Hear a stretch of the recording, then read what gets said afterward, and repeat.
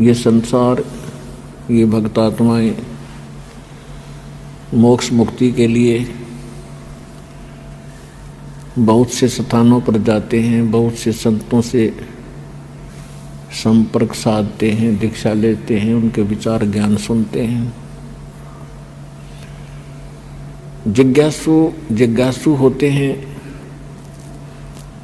और उनको जैसा भी कोई गुरु संत मिलता है, वो जैसा भी ज्ञान उसे बता देता है, वो उसको सत्य मानकर उनके द्वारा दिए गए सभी आध्यात्मिक क्रियाओं को करते रहते हैं। जब तक सतगुरु नहीं मिलते तब तक ये प्राणी मोक्ष प्राप्ति नहीं कर सकते और इस संसार के अंदर भी अपने दैनिक जीवन में भी कोई सुख अनुभव नहीं कर सकते। इसलिए कहा है कि भक्ति मुक्ति के दाता सतगुरु, ये भटकत प्राणी फिरंदा, उस साहिब के हुक्म बिना नहीं तरवर पात हिलंदा। भक्ति सतगुरु जी के पास ही होती है और भक्ति सही मिलेगी, सतगुरु पूरा मिलेगा और शेष मर्यादा में रहेगा, भक्ति करेगा तो मोक्ष सुनिश्चित है।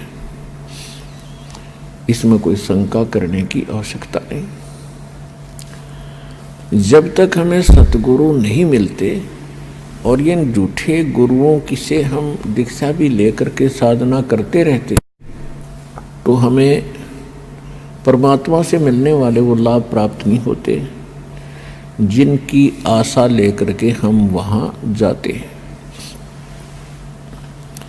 फिर कुछ दिन वहाँ जाते हैं तो फिर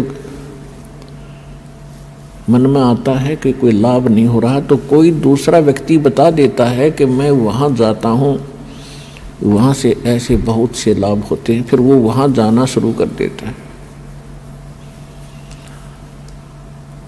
वहाँ से भी कुछ राहत नहीं मिलती है तो फिर वो नास्तिक हो जाता है। ये सोच लेता है कि कोई भगवान नहीं और किसी के पास कोई ज्ञान नहीं, या तो वो उस कष्ट में मर ही जाता है या फिर नास्तिक होकर अपनी ही सूझबूझ से वो धनी होने की चेष्टा करता है, चोरी करने लगता है, रिश्वत लेता है, मिलावट करता है और ज़्यादा कर्म बिगाड़ लेता है। तो परमात्मा ने स्वयं आकर के एक सतगुरु की भूमिका की और उन्होंने ये यथार्थ ज्ञान, यथार्थ भक्ति विधि और सभी क्रियाएं बताई और सभी परहेज बताए जो मर्यादाएं हमें रखनी अनिवार्य हैं एक भक्त को, तो वो सभी मर्यादाएं भी परमात्मा ने ही बताई। तो सतगुरु परमात्मा ही होता है या फिर परमात्मा का कृपा पात्र कोई संत विश्व में एकाध ही होता है। वर्तमान में एक ही होता है, विश्व में दो सतगुरु नहीं होते। तो कहने का भाव यह है कि जब परमात्मा सतगुरु की भूमिका करने आए थे सन 1398 से सन 1518 तक काशी शहर के अंदर एक जुलाहे के रूप में, एक सिंपल मैन के रूप में अपना दैनिक कार्य करके दिखाया। एक कृत्रिम परिवार था, कृत्रिम बनावटी।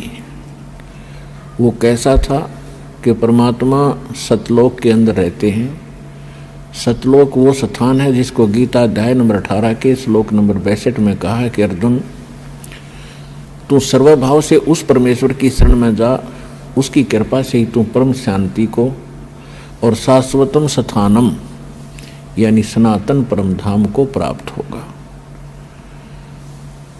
गीता ज्ञानदाता अपने से अन्य किसी परमेश्वर की शरण में जाने को कह रहा है। तो वो परमेश्वर सतलोक में, शाश्वत स्थान में, सनातन परम धाम में रहता है और वहाँ